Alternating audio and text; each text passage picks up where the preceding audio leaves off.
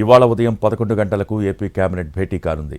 7వ ఎస్ఐపిబి సమావేశంలో ఆమోదం తెలిపిన 19 ప్రాజెక్టులకు సంబంధించి 28,546 కోట్ల పెట్టుబడులకు ఆమోదం తెలపనుంది.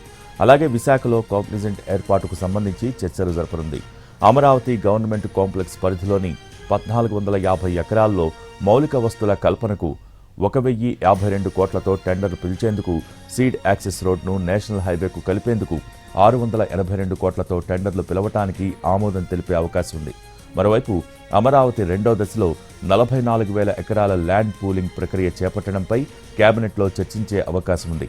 ఏరోస్పేస్ అండ్ డిఫెన్స్ పాలసీపై చర్చించి ఆమోదించే అవకాశం ఉంది. ఏపీలో మరో 2 కొత్త పట్టణాభివృద్ధి సంస్థల ఏర్పాటుపైన చర్చ జరగనున్నట్టు సమాచారం.